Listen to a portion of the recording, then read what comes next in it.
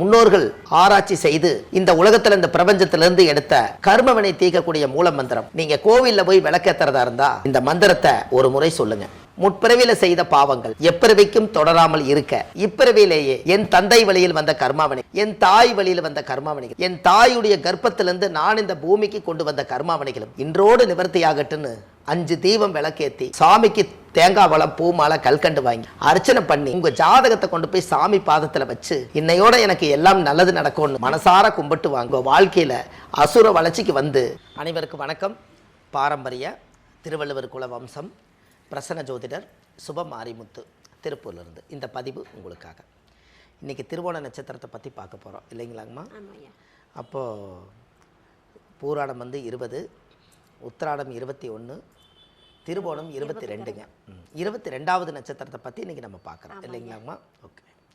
இந்த திருவோண நட்சத்திரத்தில் யார் பிறந்தாங்கன்னா திருப்பதி பெருமாள் பிறந்தாருங்க. திருவோண நட்சத்திரத்தில் பெருமாள் பிறந்தாருங்க. ஓகே.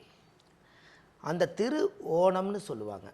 திரு ஓணம். அந்த காலத்தில் இந்த திருங்கிற பட்டம் வந்து எப்படி வந்துச்சு அப்படின்னா, ராஜராஜ சோழன்கள் அந்த காலத்தில் எல்லாம் இருக்கக்கூடிய போது பத்திரிக்கையிலையோ அல்லது ஏதாவது கல்வெட்டிலையோ அல்லது ஓலைச்சுவடியிலையோ ஒருத்தருக்கு பத்திரிக்கை அனுப்பும்போது ஒரு பேருக்கு பக்கத்தில் அவர் உயர்திரு சுபமாரிமுத்து, உயர்திரு இப்படி போடுவாங்க இல்லைங்களா? அந்த உயர் திருங்கிறத அந்த உயர் எடுத்துட்டு அந்த திரு ஓணம், அந்த காலத்தில் திருச்செந்தூர், திரு பரங்குன்றம், திரு தனி, திரு நெல்வேலி, என்னங்கம்மா நெல்வேலி, அந்த திரு கொடுத்ததுனால திருநெல்வேலி, எல்லாமே இந்த திரு ஓணம். இது கேரளாவில் பார்த்தீங்கன்னா ஓணம் பண்டிகைன்னு ஒரு தீபாவளி மாதிரி கொண்டாடுவாங்க. இப்போ இந்த திருவோண நட்சத்திரத்தில் பிறந்துக்கிறவங்க சந்திர திசையில் தான் அவர் பிறப்பாங்க. திருவோண நட்சத்திரக்காரர்கிட்ட நீங்கள் பேசி ஜெயிக்க முடியாது. இன்னொரு பெரிய விஷயம் இருக்குதுங்க அவங்ககிட்ட. திருவோண நட்சத்திரம் வந்து மகர ராசியில் பிறப்பாங்க. இந்த மகரம் வந்து முதல வீடு. முதலேன்னு தெரியும்? முதலை தெரியும். முதலை. இந்த திருவோண நட்சத்திரம் முதல்ல என்ன பண்ணுன்னு கேட்டிங்கன்னா, இந்த முதலை வந்து ஆற்றுக்குள்ளே தண்ணி குடிக்கும்போது வாயை திறந்து படுத்துருக்கும். ஒரு மாடு வந்து தண்ணி குடிக்கலான்ட்டு வருங்க. இது பாறாங்கல் மாதிரி இருந்து போட்டு டக்குன்னு எடுத்து குறவலையோட மாட்டி அது தண்ணிக்குள்ளே கொண்டு போய் ஒன்றுக்கு ஒன்று சடப்புடன்னு முறித்து அதை அடித்து திங்கோடு நினச்சிட்டுங்க. வரும்போது அடித்து சாப்பிடக்கூடிய நட்சத்திரம் திருவோணம். கிடைத்தானுங்கம்மா? அதாவது அதுக்கு வந்து எப்போ அதுக்கு அதுவாக இது தேடி போய் அடிக்க முடியாதுங்களே. ஆண்டவனுடைய படைப்பு எப்படி வச்சுருக்காங்க? இந்த முதல்ல வந்து ரோட்டுக்கு வராதில்லைங்கண்ணே, அது தண்ணிக்குள்ளே தான் இருக்கும்.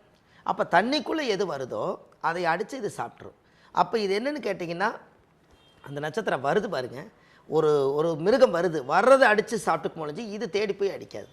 அப்போது திருவோண நட்சத்திரக்காரர் எப்படி பழச்சிக்கோன்னா, யாராவது ஒருத்தர் ஹெல்ப் பண்ண வரேன்னு சொன்னால், ஐயோ ரொம்ப சந்தோஷங்க எனக்கு பண்ணி கொடுங்கன்னு சொல்லிட்டீங்கன்னா அவங்க அப்படியே பெரிய ஆளாக்கிடுவாங்க. அதெல்லாம் என்னங்க, எனக்கு திறமை இருக்குதுங்க, நான் சம்பாரிச்சிக்குவேன், நான் பாய்க்குவேன், நீங்கள் போங்க அப்படின்ட்டாருன்னு வைங்களேன், அவ்வளோதான். அந்த வாய்ப்பு காற்றுள்ள போதே தூத்திக்கங்கிறது வந்த வாய்ப்பு போயிருங்க. ஒரு கம்பெனி மேனேஜர் ஆகிறதுக்காக, ஒரு உதாரணத்துக்கு ஒரு கம்பெனி மேனேஜர் ஆகிறதுக்கு உங்களுக்கு எல்லா தகுதி இருக்குதுன்னு சொல்கிறாங்க. நான் ஓனரே ஆக போகிறேனுங்கன்னு சொல்லிட்டு இவங்க வெளியில் வந்துட்டாங்கன்னா போச்சு, என்னை பண்ணி கொடுங்க அப்படின்ட்டாங்கன்னா வேலை முடிஞ்சு. இவங்க இறங்கி வந்தால் பெரிய ஆள், இறங்கி வரலின்னா சின்ன ஆள். ஆனால் இறங்கி அவ்வளோ சீக்கிரம் வரமாட்டாங்க. திருவோண நட்சத்திரத்துக்கு ஒரு வைராக்கியம் உண்டுங்க. அதை தண்ணிக்குள்ளேயே படுத்திருக்கோம். ஒரு நாள் பூரா ஒரு மாடோ மானோ எது வந்து தண்ணி குடிக்க வரலைனாலும் அது பசியோடு தானே படுத்திருக்குதுங்க. அடுத்த நாள் எது வருதோ அப்போ தான் ஆண்டவன் இறை போடுறாரு, சாப்பிடுது. அப்போ ஒன்று அடித்து ஒன்று வாழுது. ஆனால் இருந்தாலும் திருவோண நட்சத்திரம் என்றைக்குமே அது கடைசி காலத்தில் வாழ்க்கைக்காக போராடிட்டே இருக்கு. அந்த வாழ்க்கை அவங்களுக்கு வந்து, நான் கடைசி காலத்தில் வரைக்குமாவது நான் இந்த கஷ்டப்படுறேனே, எப்போ தான் நான் நிம்மதியாக இருப்பேன்னு அவங்கள கூப்பிட்டு கேட்டிங்கன்னா அவங்க வாழ்க்கையில் ஒரு பெரிய சில தோல்விகளை பற்றி நிறைய சொல்லுவாங்க. அவங்களுக்கு சிறு வயசுலேருந்தே நிறைய தோல்விகள் இருக்கும். அவங்களுக்கு அம்மாவுடைய சப்போர்ட்டு எப்போ திருவோண நட்சத்திரக்காருக்கு இருக்குதோ அது வரைக்கும் அவங்க பலம். அம்மாவுடைய காலமோ அம்மாவுடைய பிரிவினையோ நடந்ததுக்கப்புறம் பார்த்தீங்கன்னா அவங்க அப்படியே டவுன் ஆயிடுவாங்க. எப்பவுமே ஒரு நட்சத்திரம் வந்து ஒரு ரகசியத்தை சொல்கிறேங்க. நீங்கள் எந்த நட்சத்திரத்தில் பிறந்திருக்கிறீங்களோ அந்த நட்சத்திரத்தினுடைய காரகத்துவமான ஒரு உறவு இருக்கும் இல்லைங்களா, அந்த உறவோடு நீங்கள் உறவாக இருக்க வரைக்கும் அந்த நட்சத்திரம் ஸ்ட்ராங்காக இருக்கும். அந்த நட்சத்திரத்தினுடைய உறவை கட் பண்ணிட்டாங்கன்னா அந்த நட்சத்திரத்துடைய பவரே குறைஞ்சிருங்க. புரியுது. இப்போ திருவோண நட்சத்திரம்னு உதாரணமாக சொல்லிட்டேன், சந்திர திசையில் தான் பிறப்பாங்கன்ட்டேன். ஆமா. இவங்களுக்கு அம்மாவுடைய சப்போர்ட் இல்லைன்னா இந்த நட்சத்திரம் இயங்காதுங்கன்னு, ஓகே. முயற்சி மட்டும்தான் எங்கள் யோகா இயங்காதுங்கன்னு. இதே அம்மாவாக இருந்துச்சுன்னா அந்த உயிர் காரகத்துவம் இருக்குது இல்லைங்களா, இவங்களை பெற்றவங்களே இருக்காங்க. அப்போ இந்த குழந்தைக்கு என்ன வேணும் பெற்றவங்களுக்கு தெரியும். சூரியனுடைய நட்சத்திரம் இருக்குதுன்னா சூரியன்னா அப்பா, அப்பா இருக்க வரைக்கும் அந்த நட்சத்திரம் இயங்கும். அப்பா போனதுக்கப்புறமும் அப்பா பிரிஞ்சதுக்கப்புறமும் அப்பா இல்லாதப்போ பார்த்தீங்கன்னா வேதனைப்படுவார். சொல்கிறாங்க இல்லைங்களா, இறப்புக்கு அப்புறம் ஒரு மனிதனை வந்து ரொம்ப வேதனைப்படுறான். ஒரு மனுஷன் அந்த காலத்தில் இருந்தார், நம்ம என்னமோ பேசணும் திட்டினோம் போனோம் வந்தோம், இன்றைக்கி அந்த மனுஷன் இல்லை, இன்றைக்கி இந்த குடும்பத்தில் என்னென்னமோ நடக்குது, தட்டி கேட்க யாரும் இல்லையே அப்படின்னு சில கவலையில் பேசுகிறாங்க இல்லைங்களா. அதுக்கு எல்லாமே ஒரு ஆன்மாவோட சக்தி தான் எங்கே இருக்குங்கன்னு. ஒரு வீட்டில் ஒரு தாத்தா இருந்திருப்பார். அந்த தாத்தா பழசுப்பட்டதை எல்லாம் எடுத்து பாதுகாப்பு பண்ணி வச்சு அந்த குழந்தைகளுக்கு புத்தி சொல்லி நல்லது சொல்லி எல்லாம் சொல்லி வச்சுருப்பார். அந்த தாத்தா போனதுக்கப்புறம் அங்கே கேள்வி கேட்குறக்கோ பதில் சொல்கிறக்கோ யாரும் இருக்காதுங்க. தடி எடுத்தவங்கெல்லாம் தண்டைக்கார மாதிரி எல்லாம் போய் தாய் போயின்னு வச்சு குடும்பம் ஒன்றும் எல்லாம் போயிடும். ஒரு குழந்தை பிறந்து மண்ணு மாளிகையாக இருக்குது, அந்த குழந்தை பிறந்து மாளிகையை மண்ணாக போனதும் இருக்குல்ல. இந்த குழந்தை பிறந்தாங்க நான் தொழிலே அழிஞ்சுதும்பான். இன்னொரு ஆளை கேட்டோம்னா இந்த குழந்தை பிறந்ததுக்கப்புறம் நான் இடம் வாங்கி வீடு கட்டினேன் பாரு. கரெக்டுங்களா? இதெல்லாம் எப்படி சொல்கிறாங்கன்னு நினைக்கிறீங்க?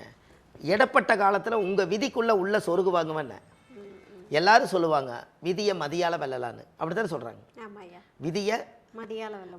நான் ஒரு வார்த்தை சொல்கிறேங்க, மதி மேலே விதி ஏறி சவாரி வேணுமா சொல்லுங்க. மதி மேலே விதி ஏறி சவாரி வேணுமா? இப்போ சொல்லுங்க. நம்மகிட்ட இருக்கிற அறிவு 120 வருஷம் ஆண்டவன் கொடுத்தது, விதி என்பது பல்லாயிரம் வருஷம்.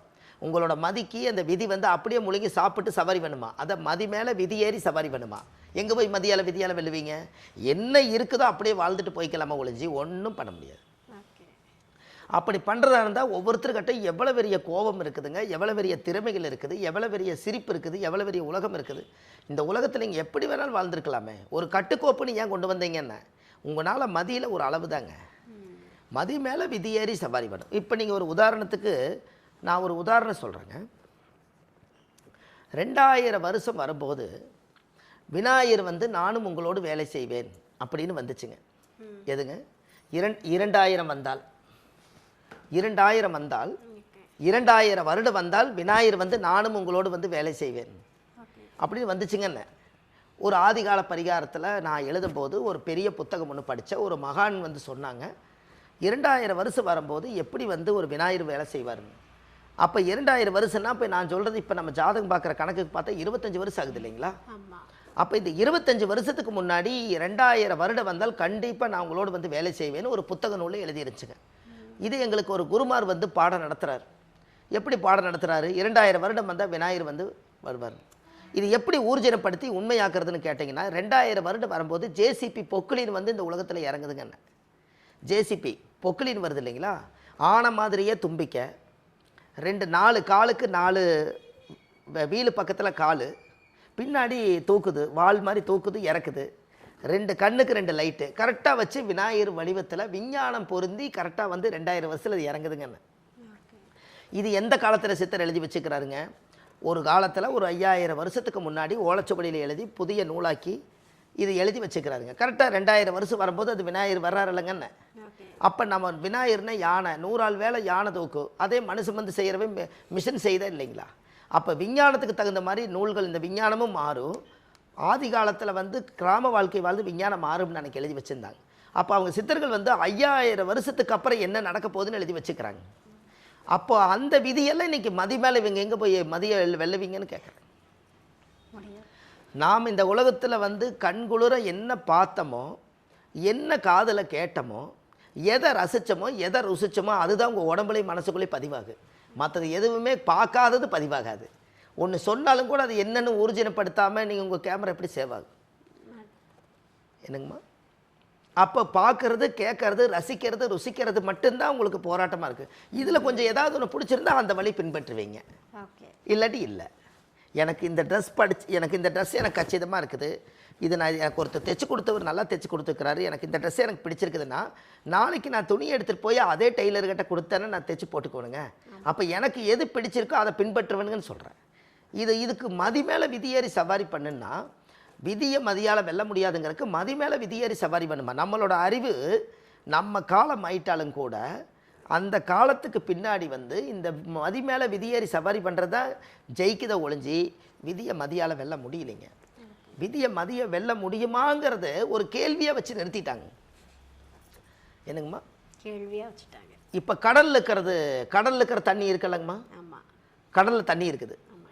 இப்போ ஒரு உதாரணத்துக்கு நீங்கள் சென்னை வரைக்கும் வச்சுக்கோங்க. சென்னையில் கடல் கரையில் தண்ணி இருக்குது. கடல் தண்ணி எப்படி இருக்குங்க? உப்பாக இருக்குங்க. கொஞ்சம் சொல்லுங்கள். உப்பாக தான் இருக்குதுங்க. கடல்லேருந்து ஒரு 100 மீட்டர் தாண்டி எல்லா ஜனங்களும் குடியிருக்காங்க. அந்த இடத்துல போர் போட்டால் தண்ணி வருதுங்க. அந்த தண்ணி எப்படி இருக்குதுங்க? குடிக்கிற தண்ணியாக இருக்குது, நல்ல தண்ணியாக இருக்குது. ரைட்டுங்க. 100 மீட்டர் தூரத்தில் கடல் தண்ணி உப்பாக இருக்குதுங்க, ஆனால் இங்கே நல்ல தண்ணியாக இருக்குதுங்க. அப்போது இதை வந்து விதி வந்து கடலில் இருக்கிறது உப்பாகவே இருக்கட்டுன்னு சொல்லிட்டு 100 அடி தள்ளி வந்து தண்ணி போடுறாங்க, போர் போடுறாங்க, வருது. அப்போ கடல் நீரே குடிநீராக்கி விட்டால் அடிநீரை தேடி எதுக்கு ஓடணும்னு கேட்குறேன். கடல் நீரவே குடிநீராக்கி இருக்கலாமல்லங்க. என்ன விதியை நீங்கள் மதியால் வெல்றதா இருந்தால் நீங்கள் வந்து இந்த அறிவை வந்து இதை ஃபில்டர் பண்ணி இந்த தண்ணி உப்பு தண்ணி நல்ல தண்ணியாக மாற்றிட்டீங்கன்னா நீங்கள் போர் போட வேண்டியது இல்லையில்ல. உங்கள் மதியை வச்சு செய்ய முடியுமான்னு கேட்குறேன். அப்போ பிறவி பெருங்கடல், அந்த பிறவியில் என்னை ஆண்டவனுடைய அமைப்பு எழுதப்பட்டிருக்குதோ அதை உணரலாம், பார்க்கலாம், ரசிக்கலாம், ருசிக்கலாம். எதையும் மாற்ற முடியலைங்க, ஆல்ட்ரு பண்ணலாம். இதே நீங்கள் கடல் தண்ணி எடுத்துகிட்டு போய் ஒரு ஆறா செட் பண்ணி உப்பெல்லாம் எடுத்துகிட்டு நல்ல தண்ணியாக மாத்திரக்கு ஆல்ட்ரு பண்ணலாம். ஆனால் உப்பு தண்ணி என்னங்க, கடல் தண்ணி உப்பு தண்ணி தான். கரெக்டுங்களா? இது எல்லா மக்களுமே நிறைய சொல்லுவாங்க.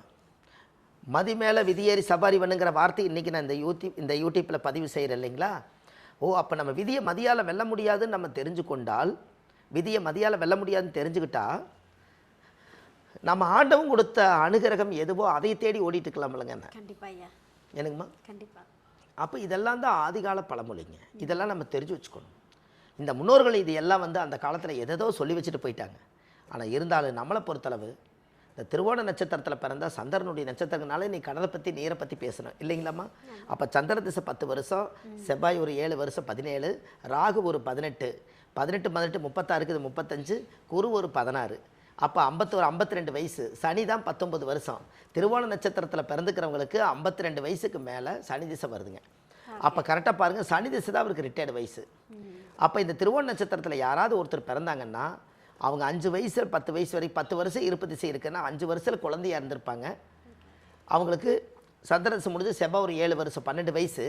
ஆணாக இருந்தாலும் பெண்ணாக இருந்தாலும் ஒரு வயசு பையனாக மாறக்கூடிய காலம் அந்த செவ்வாய் திசை தான். அப்போ சந்திரன் முடிஞ்சு செவ்வாய் முடிஞ்சு ராகு திசை 18 வருஷங்க. அப்போ இங்கே ஒரு செவ்வாய் ஒரு 7, அங்கே ஒரு 3 10, ராகு ஒரு 18 ஒரு 10 28 வயசுங்கும் போது கரெக்டாக கல்யாண வயசுங்க.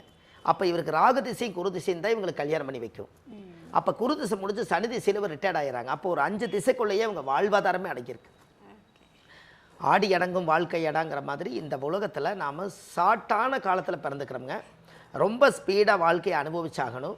காலம் இல்லாட்டி திரும்பி பிடிக்க முடியாது. இளமை அது போனால் முதுமை இளமையை விட்டுட்டால் மறுபடியும் வராதுங்க, இளமையும் திரும்பாது. அப்போ இதெல்லாம் இருக்குது இல்லைங்களா? அப்போ இதெல்லாம் வந்து ஜாதகத்தில் திருவோண நட்சத்திரத்தில் பிறந்துக்கிறவங்களுக்கு எவ்வளவோ கஷ்டத்திலையும் கூட போராடி கடைசியில் அவங்க வெற்றி கண்டுருவாங்க. அந்த யோகம் வந்து ஒரு மனிதனுக்கு இருக்குதுங்கன்னு சொல்கிறோம். இந்த பவர் அவங்களுக்கு கண்டிப்பாக உண்டு. திருவோண நட்சத்திரக்காரர்களுக்கு வாக்கு பலிதம் உண்டு. அவங்களுக்குன்னு ஒரு சக்தி இருக்குதுங்க. யாரும் காப்பாற்றலைனாலும் அவங்களே காப்பாற்றிக்குவாங்க. அந்த மாதிரி ஓணம் பண்டிகை 27 நட்சத்திரத்தில் ஓணம் பண்டிகை வந்து ரொம்ப விழாவெடுத்து வீடு வாசலை சுத்தப்படுத்தி ஊரே சந்தோஷமாக கொண்டாடக்கூடிய நட்சத்திரம் திருவோணம். இருக்கிறதுலையே திருவோண நட்சத்திரக்காரர்களுக்கு தோஷம் இல்லைன்னு சொல்லுவாங்க. பெருமாளுடைய நட்சத்திரம்ங்க. திருவோண நட்சத்திரத்தில் ஒரு குழந்தை பிறந்துட்டால் அந்த வீடு செல்வந்தராக மாறிடுமா. காசு பணம் பேரு புகழ் பொருளாதாரம் எல்லாம் வளருமா. அப்போ திருவோண நட்சத்திரம் வந்து எவ்வளோ ஒரு புனிதமான நட்சத்திரம்னு பாருங்க. இந்த திருவோண நட்சத்திரம் மட்டும் சந்திரனுடைய நட்சத்திரத்துக்கு என்றைக்கு தாய்க்கு தோஷம் இல்லை, தாய்க்கு தோஷம் இல்லை. அதனால் கண்டிப்பாக திருவோண நட்சத்திரம் ஒரு பெரிய அபூர்வமான நட்சத்திரங்க. வாழ்க்கையில் ஒரு பெரிய மாற்றத்துக்கு வருவாங்க என்று சொல்லி ஒரு அசுர வளர்ச்சியான ஒரு ராசியான நட்சத்திரங்க. அந்த கோவில் சொல்லுவீங்க? அந்த கோவில் வந்து உங்களுக்கு நான் வந்துங்கம்மா இந்த பதிவில் உங்களுக்கு கொடுத்துட்றேங்க. இந்த கோவில் வந்து இந்த பதிவு கண்டிப்பாக திருவோண நட்சத்திரக்கார அந்த கோயிலுக்கு போக வேண்டியது. இந்த உலகத்தில் 27 நட்சத்திரத்தை புண்ணிய பூமியில் கொண்டு போய் 5000 வருஷத்துக்கு முன்னாடி பிரதிஷ்டை பண்ணியிருக்காங்க. அந்த நட்சத்திர கோயிலே உங்களுக்கு இந்த பதிவில் கொடுக்குறேன். அந்த கோயிலில் போய் விளக்கு போட்டு 5 விளக்கு தெய்வம் சாமிக்கு தேங்காய் பழம் மாலை கல்கண்டு வச்சு பூஜை பண்ணி அந்த கோயிலை சாயம்பட்டு வந்தாலே உங்கள் வாழ்க்கை அசுர வளர்ச்சிக்கு வரும். அருமை ஐயா. திருவோணம் வந்து திருப்பதி பெருமாளை சொல்லிட்டீங்க. வந்து எல்லாரும் மன நிம்மதியோட இருப்பாங்க. எப்படியும் நமக்கு பண வரவு வந்துடும் அப்படின்னு. சரி. அப்புறம் இன்னொரு அழகான விஷயத்தையும் பதிவில் சொல்லியிருக்கீங்க. என்ன அப்படின்னா, சந்திர திசையில் பிறக்கிறாங்க. எப்பவுமே சந்திரன் தாயை வந்து கூட வச்சிருந்தாலே வாழ்க்கையில் எல்லா செல்வமும் கிடைச்சு எல்லாவற்றையும் கிடைக்கும்னு சொல்லியிருக்கீங்க. ஸோ திருவோணம் இனிமேல் வந்து தாயை விட்டு பிரிஞ்சு இருக்க மாட்டாங்கன்னு நம்புறேன். இந்த பதிவை பார்த்ததுக்கப்புறமா சரி, ரொம்ப அழகான நிறைய பலன்கள் கொடுத்துருக்கீங்க. ரொம்ப அருமை. நன்றி. ரொம்ப நன்றிங்கம்மா. வணக்கம் ஐயா. திருவோண நட்சத்திரம். திருவோண நட்சத்திரம். ஆமாம். இந்த திருவோண நட்சத்திரக்காரங்கள் வந்து கோவிலுக்கு போயிட்டு வந்தால் எல்லா பிரச்சனையும் சரியாயிரும் அப்படின்னு சொல்லிட்டீங்க. கண்டிப்பாக. ஸோ அந்த நட்சத்திரத்திற்குனே ஒரு கோவில் இருக்குன்னு சொல்லிட்டீங்க. சரி. அது எந்த நட்சத்திரம்? சரியா, அந்த நட்சத்திரத்திற்கு உரிய கோவில் எது ஐயா? கண்டிப்பாக. அதாவது திருவோண நட்சத்திரத்தில் பிறந்துக்கிறவங்களுக்கு ஒரு ஆதிகால பரிகார கோயிலுங்க. இது வந்து ஆதிகால பரிகாரம்ங்க. இந்த ஆதிகால பரிகார கோயிலுங்கிறத வாழ்க்கையில் நம்ம தெரிஞ்சுக்கணும். அந்த காலத்தில் ஆதிகால பரிகார கோயில் தாங்க இதெல்லாமே. ஏன்னா இதெல்லாம் ஆதி காலத்தில் கட்டின கோயில் இல்லைங்களா, அதனால இது ஆதிகால பரிகார கோவில்கள். இதில் வந்து திருவோண நட்சத்திரத்தில் இவங்க பிறந்திருக்கிறனால வேலூர் மாவட்டத்தில் திருப்பார்கடல்ங்கிற இடத்துல தான் இந்த கோவில் வந்து மெயினாக பார்த்தீங்கன்னா பிரசன்ன வெங்கடேச பெருமாள் அது வந்து அந்த கோவில் வந்து இருக்குதுங்க. அந்த கோவிலில் போய் 5 விளக்கு தெய்வம், சுவாமிக்கு தேங்காய் பழம், பூமாலை, கல்கண்டு வாங்கி அர்ச்சனை பண்ணி நீங்கள் அந்த கோவிலில் போய் சாமி கும்பிட்டு வந்தாச்சுன்னா அன்னையோடு உங்கள் பிரச்சனை சால்வ் ஆயிரும். அதுலேருந்து உங்களுடைய வளர்ச்சி நல்லா இருக்குங்க. நல்லதே நடக்கும். வாழ்க்கையில் ஒரு முறை போயிட்டு வாங்க. உங்களுடைய திசா புத்தி அந்தரம் எல்லாமே சிறப்பாக வேலை செய்யும். சரிங்களாம்மா? நன்றிம்மா.